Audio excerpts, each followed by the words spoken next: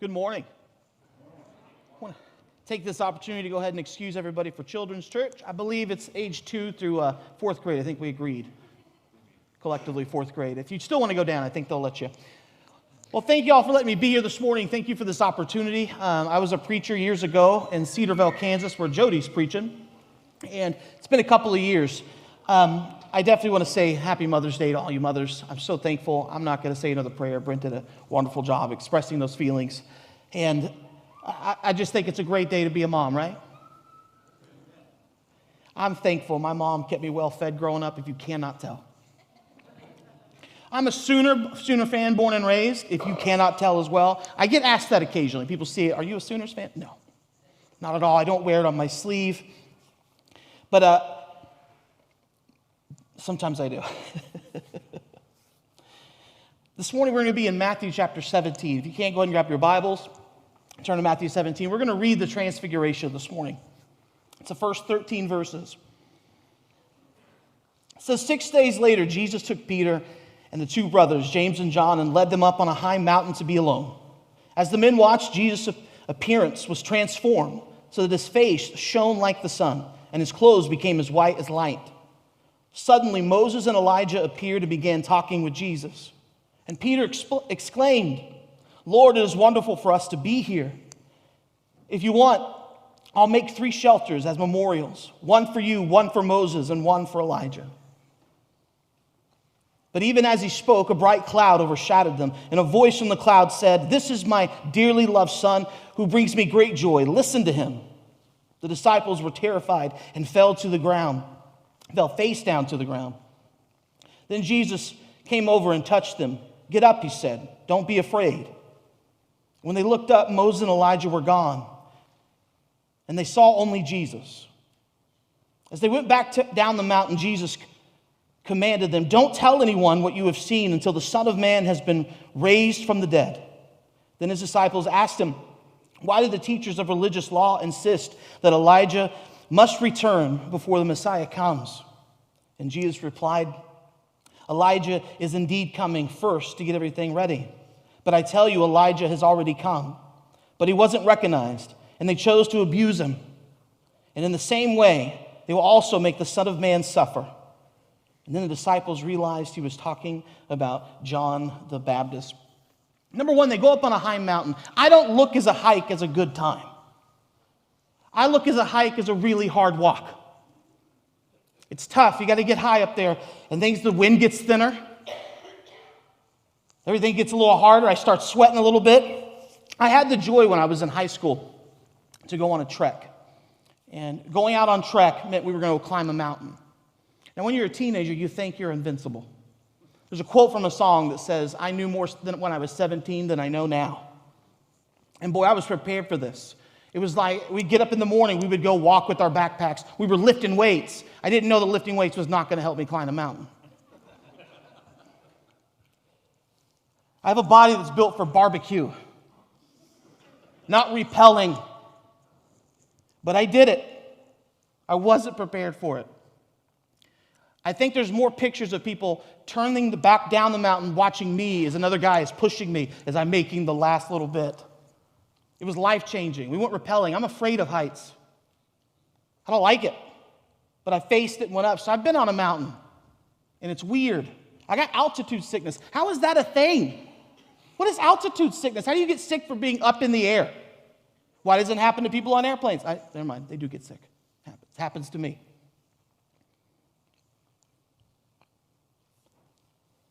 I had to drink iodine tablets.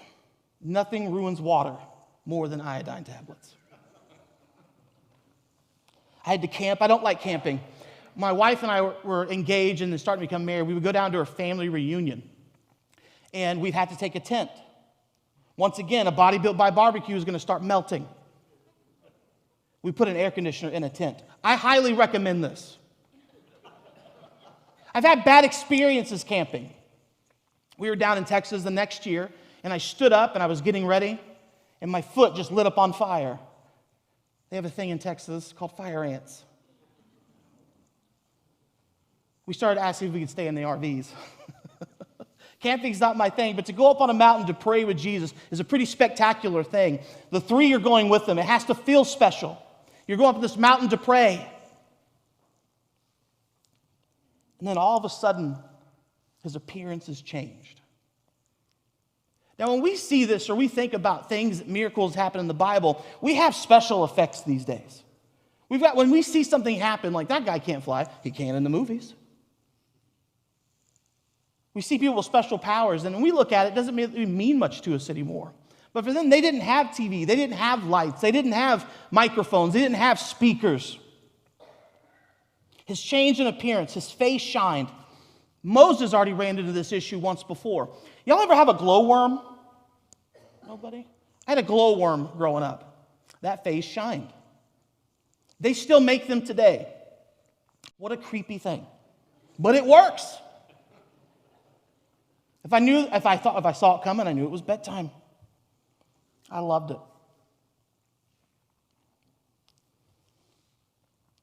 I always told my wife that if we ever see a Dateline, or if you're part of a Dateline interview, we watch a lot of true crime, please don't tell them that my face lit up a room, because that's not true. Tell them I was known for camping with air conditioners and barbecue. His face shined like the sun. Moses had to wear a veil when he came off the mountain because he was frightening to people. And it would be a frightening experience in a way. But Jesus shines like the sun, meaning they can barely even look at him. Now, when I was growing up, I always heard that Jesus was the sun. And I was at my grandpa's house one day, and I wanted to fly. Well, I was always taught that Jesus was the sun, so I looked up at the sun. I didn't know there was a difference in spelling. I learned that later. Recently, but we've got it figured out. I'm looking at the sun, and I'm praying, I'm squinting my eyes. God, let me fly. I was the biggest Superman fan. I had Superman underwear. I used to wear a cape. I saw him at the mall, but it really wasn't him, and I told my mom, and she made me quiet down for the other kids, because I was excited, but that's not Superman. I wanted to be Superman. I wanted to fly, and I prayed to the sun, because I thought that was Jesus, the sun. I quit staring at the sun now. We're better off now. I used to say that my mama didn't raise no fool, but she may have birthed an idiot, but we're okay.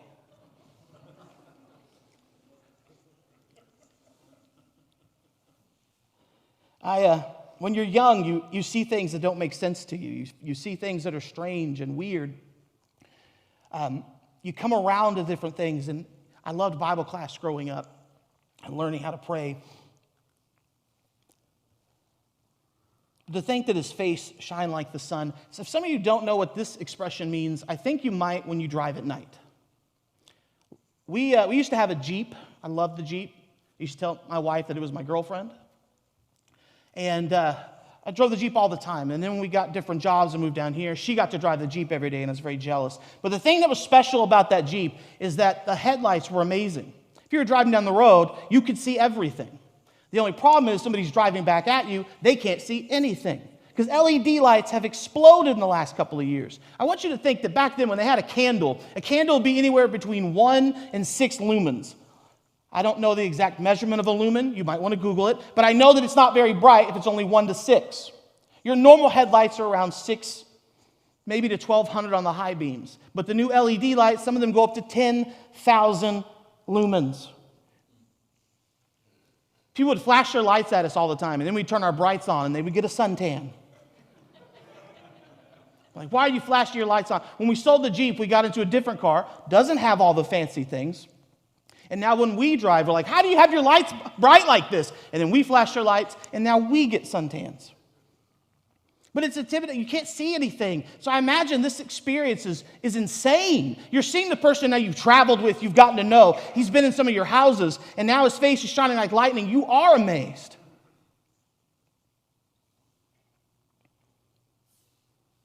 His clothes became dazzling. I always think of that Michael Jackson video from the 80s. He's wearing the white tux, and they have the sparkles in the background. Just what comes to mind. They didn't have bleach back then, so imagine how crazy it would have been to see garments all of a sudden become so white. Now they're dazzling. We have bleach now. But the change in the appearance was completely different.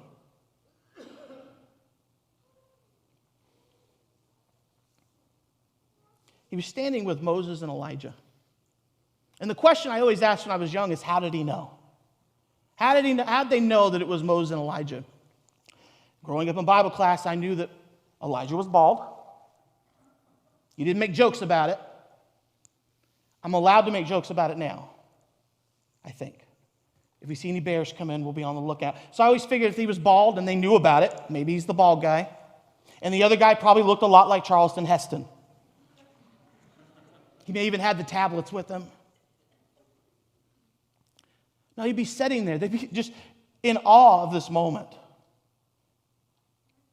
Imagine they heard them speak up and talk. And then it clicks. But what's so amazing about this, you have to understand, is that Elijah is seen as the prophet. He raised somebody from the dead. He found God in the whisper. He could run really fast. And then there's Moses, who brought the law of God standing right in front of him. I've met some celebrities. I met Spock. Not a nice guy. He's gone now. I met him going with my friends to another Trek expo. Not my kind of crowd, but we were going. Leonard Nimoy was not happy to meet me. He never talked to me. When I took a picture, he looked down.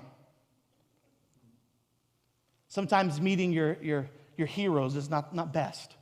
But in this circumstance, imagine how that has to feel. The two fathers of the faith are sitting right in front of you, and there's Jesus. So Peter does the natural thing.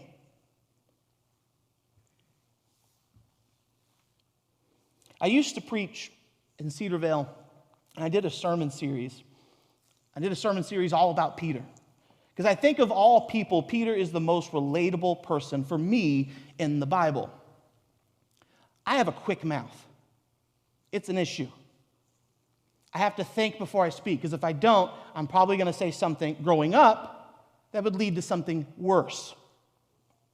I don't know how you all grew up. My mom's here, so I'm going to talk about her. But if I messed up and I said the wrong thing, I knew soap was coming. Anybody else experience soap in the mouth? I'm going to tell you right now, I see a hand, absolutely. Preach it, right?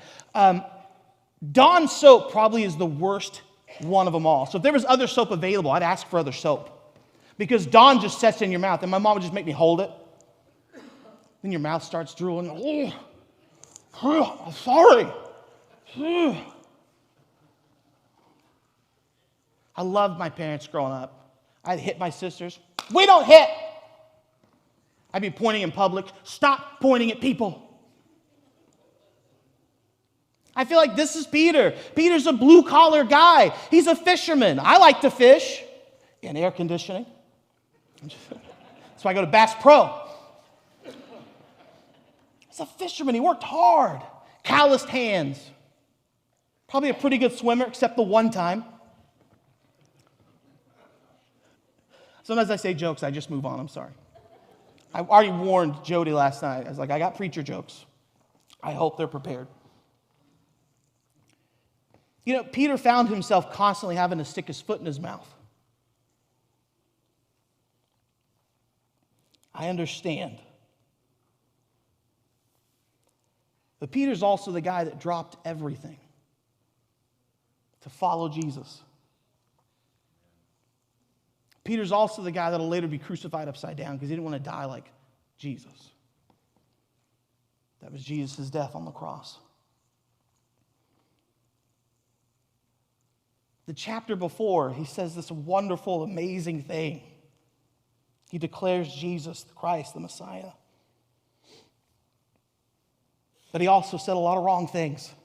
I was sitting in an Indian clinic one time with my grandma. In case you didn't know, this was my first church that I was ever a member of. I spent my first 5 years here. This morning when a kid was crying and I know they were walking toward the back, I know that walk of shame. I have probably cried in both sides of the cry room over there. I understood once my grandma stood up, it was over. I was sitting in an Indian clinic with my grandma one time. I had to go to the dentist a lot. As we're sitting in this Indian clinic, I know it's Indian clinic because there's a bunch of Indians there, and then there's Indian art. I don't know why I'm there. So I turned to my grandma. I said, Grandma, Do you like Indians? I'm not a quiet kid. So you can see people just automatically go. And my grandma says yes. And before I even let her go on to explain who I am, who my family is, I go, I don't like Indians. Which now even more people have turned and looked at me. Now my grandma's like, we got to get up. And trust me, I know the routine. The arm goes up. We walk outside. I'm going to cry. I found out that I was Native American when I was 5 years old sitting in an Indian clinic because I said the wrong thing.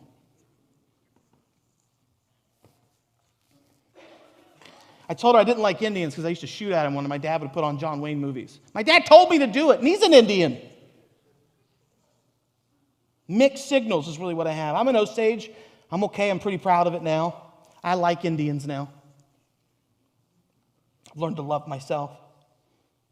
But Peter goes from this amazing moment in the chapter before where he's explaining that Christ is the Messiah, which you have to understand, these people have been waiting so long for this. What an amazing declaration. And then he goes and says the wrong thing. Down in verse 4, it says, Lord, it's wonderful for us to be here. Absolutely. Should have stopped right there.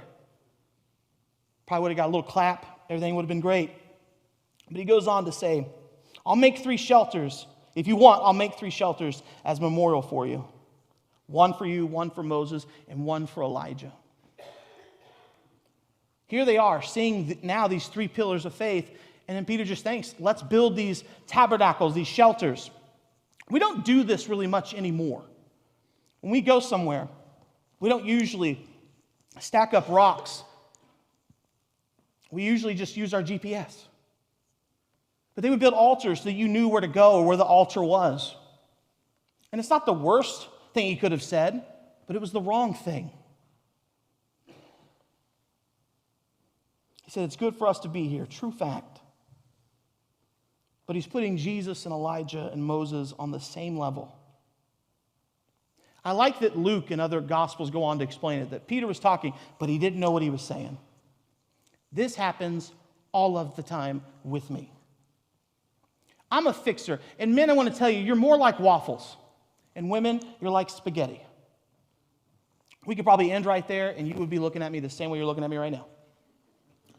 What I mean for that is men, we compartmentalize our life like a waffle.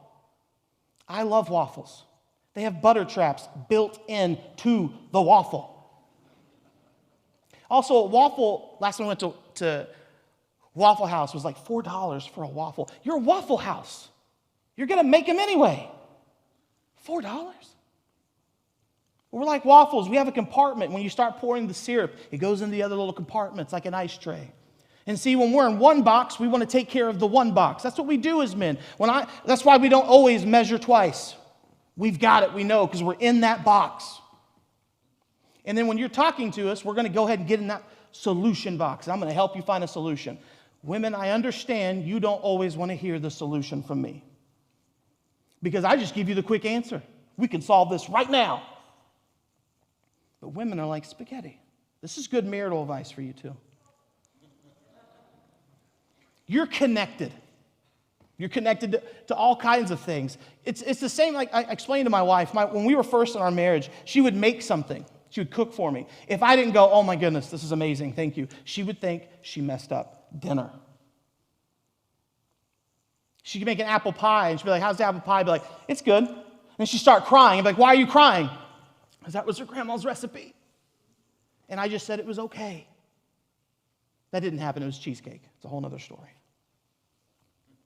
But you're connected to things, and that's wonderful and amazing. That's what makes you so good at mothers. You remember the things because we're always compartmentalizing everything. So if you're wondering, yes, waffles and spaghetti do go together.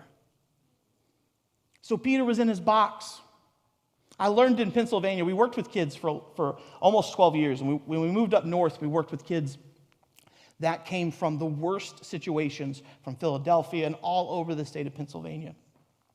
And we were sitting down one day, and we were having discussions about talking about your feelings. And someone goes, I want to be in my bag. Like, what? You need your bag? No, I'm not in my bag. Clearly you're not in your bag. What does your bag have to do with this? It came from a rap song. That's how they told each other they were in their feelings. like, you got to build a compartment for that, man. Leave the bag.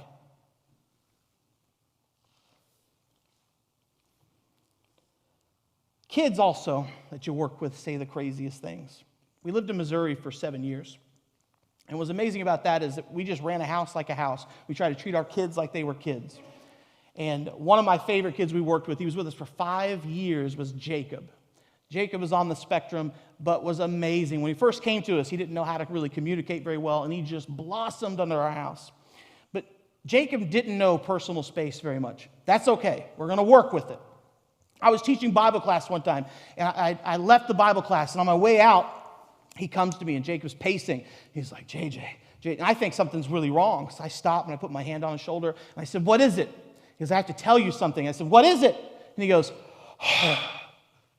right in my face. I wiped the spit from my forehead a little bit, and I say, well, what was that for?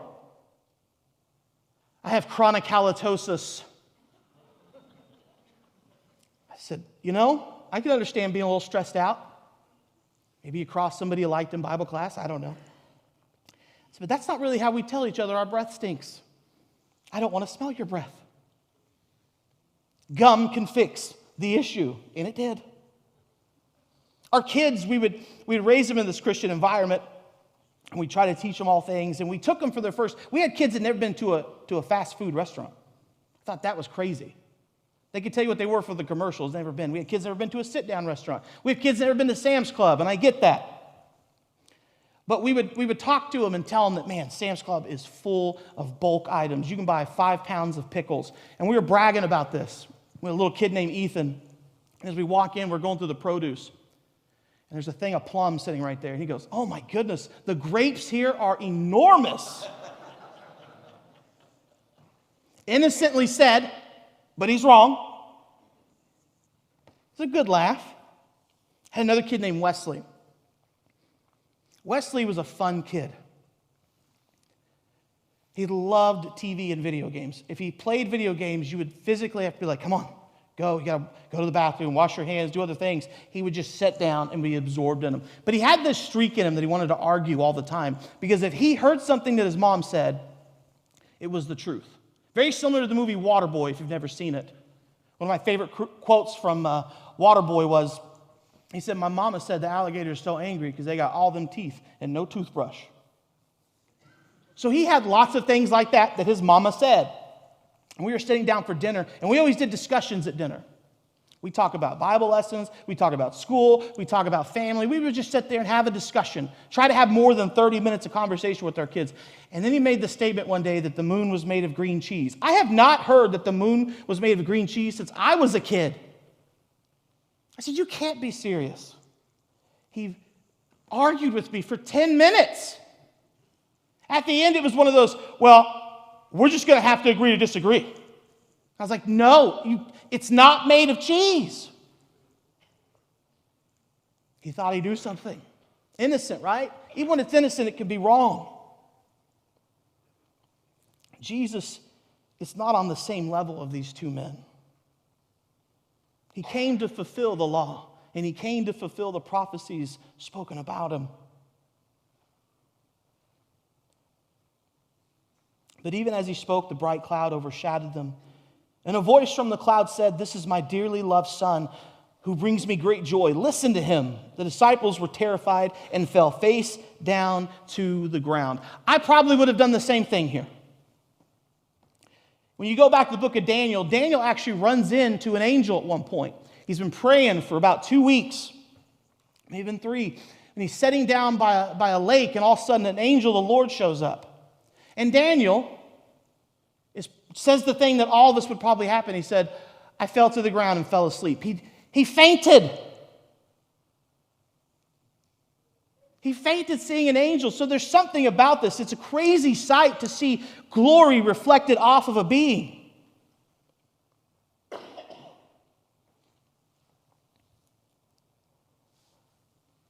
Daniel passed out. He said he shines. So the angel had eyes like torches, a face like lightning, arms and legs and gleam like fine bronze, a voice of many rushing waters. I've always heard these statements. because they're so good in the Bible by giving you comparisons. But that rushing waters thing, I wasn't so sure about it. Now, I've been on some rushing waters, and it can be deafening. But if you want to go somewhere, go to Niagara Falls. There's an experience at Niagara Falls. If you go to the Canadian side, you can go behind the falls. What they've done is they've tunneled behind rock. And there's these windows. They're just giant open masses. And all you can see and hear is water just tumbling at 250,000 gallons a second. All you can see shapes and all the mist coming up. But you can't hear the person sitting next to you. I thought, if that's what God's voice sounds like, that is demanding. It is overwhelming. It is powerful. When God shows up, He doesn't show up like we think.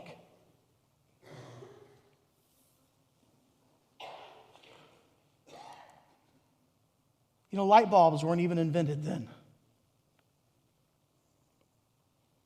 They never saw things like this. Seeing a person with these characteristics would be terrifying. But I always want to know if I could see it. I get jealous sometimes hearing these stories. I try to picture them in my mind, and I always pray, like, maybe there's a DVR in heaven. I'd be like, God, can I check that out?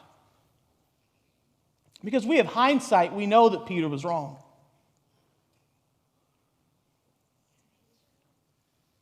That's because we know the end of the story. In scary movies, that's why we yell out, don't go in there, because we know it's a bad situation. They don't know it's a bad situation. They're just trying to go take a shower. It always seems to happen when I got to go get cleaned up. Then the person finds them. But we know what's coming. We know what to expect. These are three people surrounded by Jesus and watching do tons of miracles. They did not expect this. I want you to know that Jesus here is fulfilling a prophecy that was spoken about him 700 years before he showed up.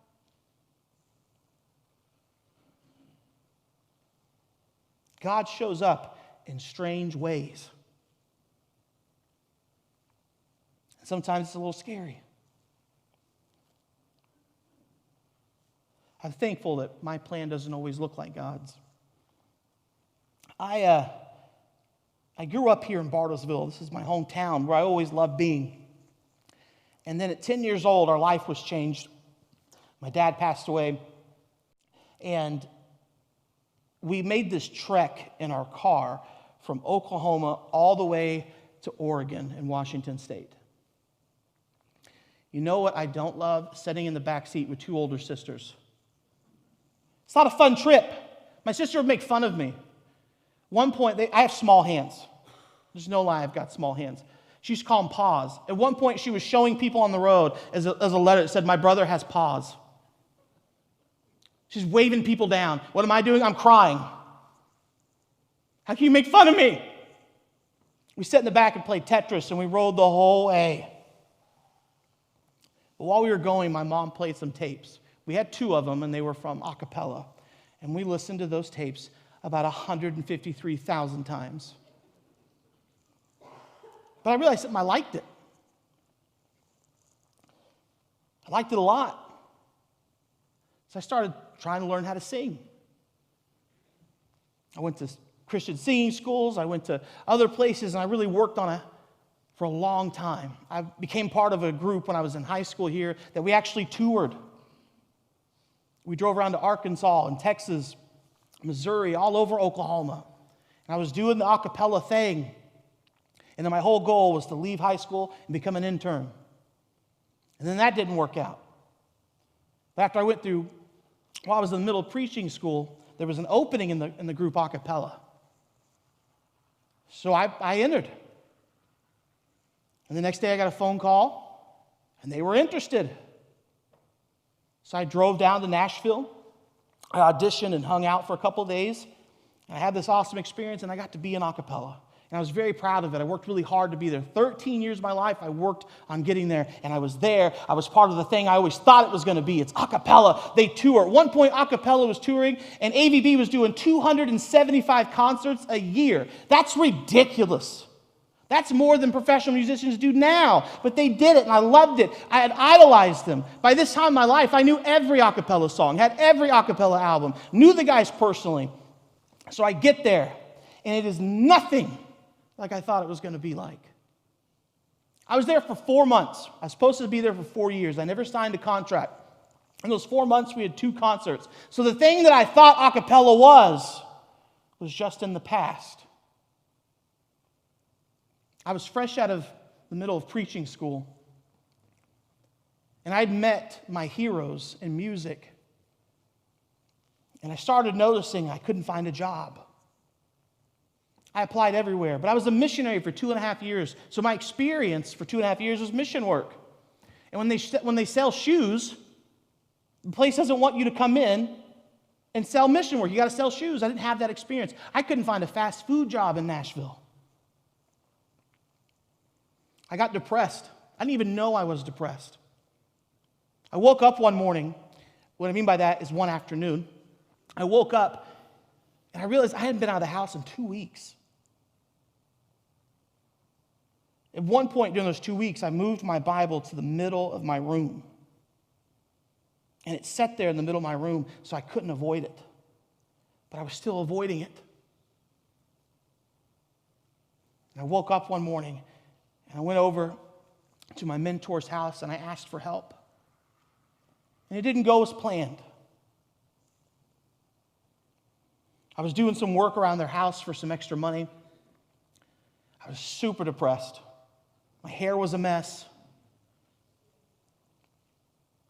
I'm cleaning out a closet upstairs and I'm organizing some things, and I get a phone call. And I look down, it's a Kansas number. And I hit accept and I put it to my ear and I said, hello? Another man's voice came across on, JJ? I said, this is him. Who is this? And it was Kenny Whitson, who grew up going to the Dewey Church of Christ as well. He was a preacher at the time. He says, I woke up this morning from a bad dream. He goes, then I woke up and I was thinking, and all of a sudden I thought of you. He goes, I don't know if anything's going on in your life. I don't know if there's any struggles, but I thought of you today, and I just want to pray with you. And I lost it. Because I was spending the last 2 weeks avoiding God, and then he calls me on the phone.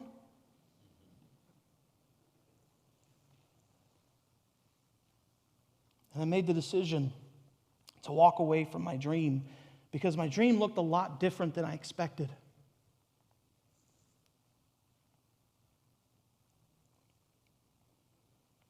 Jesus has been seen in so many different lights with these men. They've seen him sleep through storms. I wish I could sleep that hard, almost that hard sometimes. They've seen him heal. They've seen him bring people back to life. They've seen these amazing things happen. So they've seen Jesus as the healer, as the teacher, the prophet, the one who gives life, a man who could feed armies, raise people from the dead, the fulfiller of law. They thought he was coming to rule an earthly kingdom. But instead he shows up and tells them he's going to die, be raised back to life, and then lead the kingdom. And this whole time they're thinking it's different. Their look upon Jesus was in multiple different areas.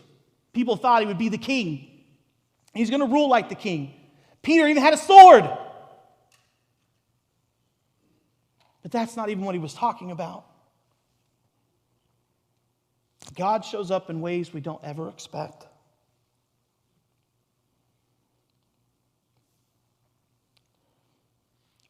The Hebrews didn't think this is how God was going to show up. I think what makes our God so amazing in my eyes, when we sing these praises to him, we worship him, is that I think about the other religions in the world. I think about the other belief systems in the world. And our God is so much different. He predicted he was going to send Jesus all the way back in Genesis chapter 3, verse 15.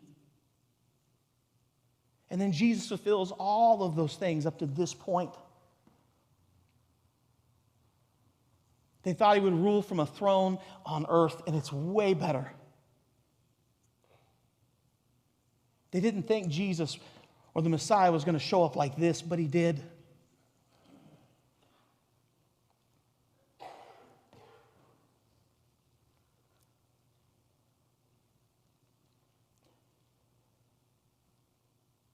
I think back to the book of Isaiah when I think about our God, because when I think about other gods, especially gods from the Greek beliefs, I always think of a guy with lightning bolts throwing him down on people. There's a great Far Side comic where it's an old guy sitting at a computer and he's pushing a button, and there's a piano falling from a rope onto a person, and it said, God on his day job, right across the bottom. People have different ideas of who God is and what God is. There was a movie made about Moses a couple years ago. Really crazy movie. We watched it. Crazy movie. Not even close. But it was somebody's interpretation. Everybody has a different interpretation of what somebody's going to look like, right? When they're trying to find a king for Israel, do you think they chose this? They didn't expect a shepherd, a 17-year-old shepherd, to become a king. Who'd they choose? They chose the tallest person. Because that's what we think. We think power and that involves with them.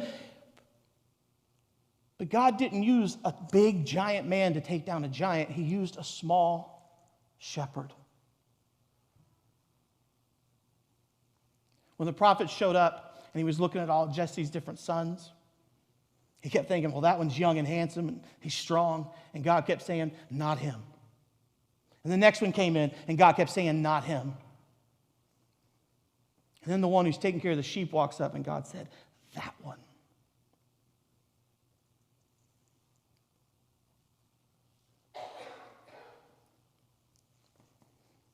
And thankfully, he doesn't show up in the ways that I think he does, because he surprises me. I'm glad he didn't answer my prayer when I was 6 years old, when I was trying to fly, because I'm afraid of heights now, and I think I would just be scared to use the power. But God answered my prayer no when I needed a no. God isn't what we always expect, and Jesus wasn't always what they expect. He was better.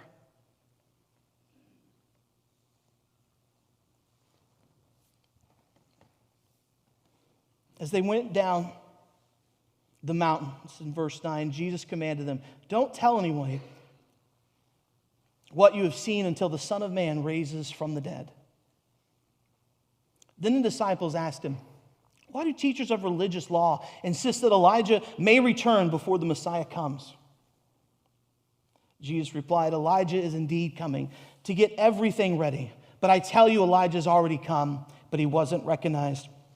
This being a quote from the book of Jeremiah. In the book of Isaiah, talking about that the spirit of Elijah was going to come back and prepare the road. Once again, if we just look at Scripture, literally, then we know that Elijah is going to show up and build highways. But it was figurative. He was going to pave the way for Jesus. And he did that. But he didn't look like what we thought he was going to look like, right? He wore camel hair. He ate bugs. Really strange. I'll warn you that in your peanut butter, for every 3.5 ounces, they allow 30 bug fragments. So don't act like you ain't eating bugs either. We did a class one time, and I ordered all these different crickets and mealworms. They are not delicious. What a sacrifice. I'd rather have a double cheeseburger. But maybe I'll try a locust. Maybe locust and honey, maybe that together's better. I don't know. But he didn't show up like they thought he was going to show up. He lived in the wilderness. He spoke directly to them.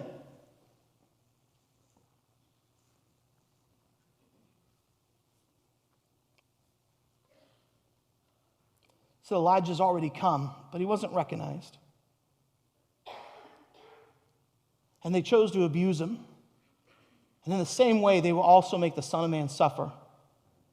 And then the disciples realized they were talking about John the Baptist.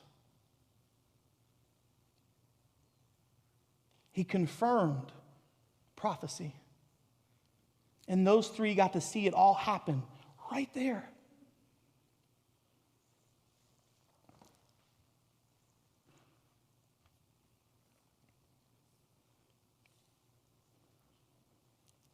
I taught a class in Missouri. I always teach things differently.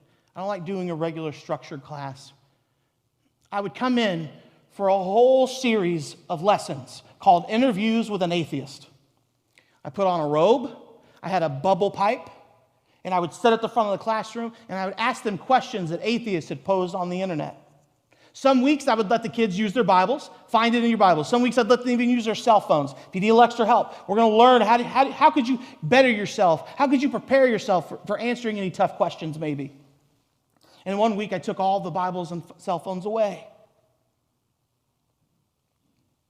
Because I came into the class with a different motive. Because kids were afraid. What if I don't know enough? There's a statement in the previous chapter. If you know he's the Messiah, you know enough. Try to answer questions as best you can. But remember, he doesn't show up like you think he is. Atheists, when I was reading off questions, some would call him a wizard with a beard. That was Charlton Heston.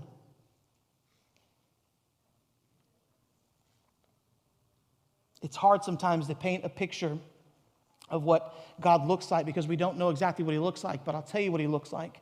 He looks like the reflection that you're putting off. It was that reflection that glory that was reflecting off of the three men that was then reflecting onto others. It's the same charge that Jesus will give you in Matthew chapter 5. To be a light. You're not your own candle. You don't have to worry about being more than 6 lumens. You're brighter than that because you're reflecting something that's greater than that. You're reflecting God's love. You're reflecting Jesus. And thank God that we can see a person right here make a mistake and he still gets to be in the group. No soap in his mouth, but he did get a cloud.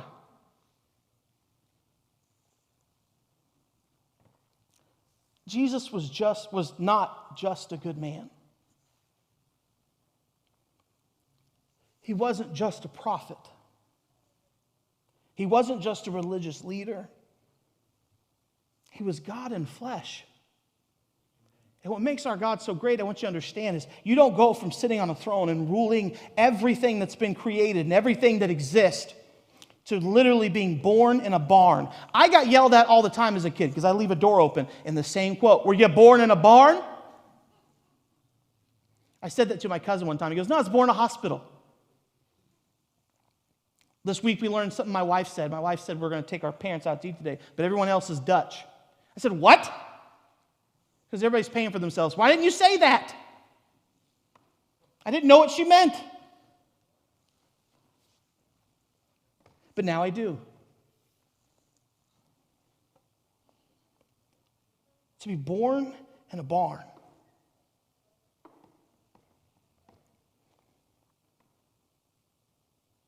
There is no God like Jehovah. Thank God he didn't show up like we thought he was.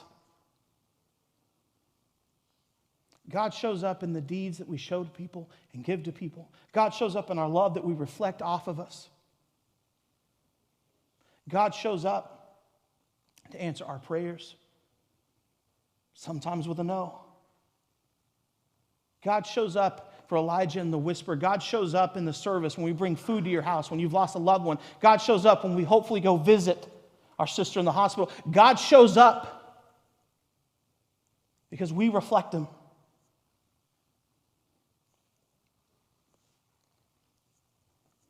No other God written in other books shows up like this. No other God grows up poor. No other God dies and gives his life for everything.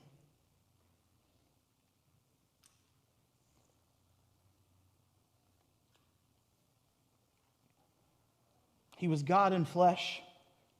He was the Messiah that was proclaimed in the chapter before. And he's the God that he promised he would be. I don't always keep my promises. I make mistakes. It's an amazing that God keeps his promises even over 6,000 years. I'm thankful God is patient. I'm thankful Jesus lets me put my foot in my mouth. I'm thankful for what he represents.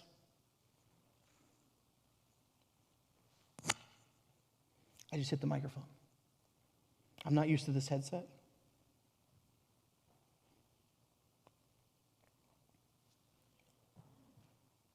We've been here for a year, and we've been through some things. When we talk about life throwing its curveballs at you or unexpected, I woke up 2 years ago with a headache. Not the worst thing I thought. I had sleep in my eyes. I love that we call it sleep. We don't call it mucus. Appreciate it. We wipe the sleep from our eyes, not mucus. That'd be weird. I wipe the sleep from my eye, and my eye's not clearing up. What's wrong? I go 2 months with this bad vision and a headache.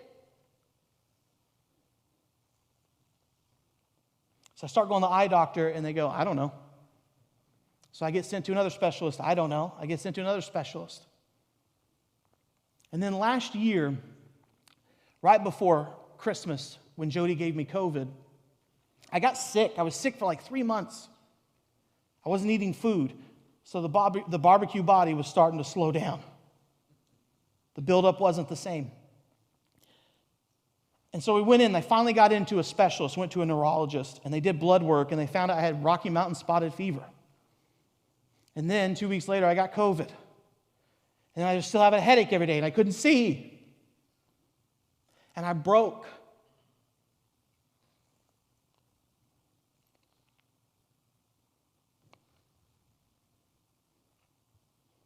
I broke like I did in Nashville. I broke because I took my eyes off of what my eyes should have been on the whole time. And you, as a church, took care of me. It started in a Dave Ramsey class. And now I try to come to your houses. And you showed up when I needed you. God will be there when you need him. He's not the king we all thought he was. Jesus was better. He wasn't there to meet our wants. He's there to meet the need. I'm so thankful to be in a congregation that constantly reflects these things. I'm so thankful to be here this morning, and I'm thankful to give you this message that Jesus was a better king than we all could have imagined.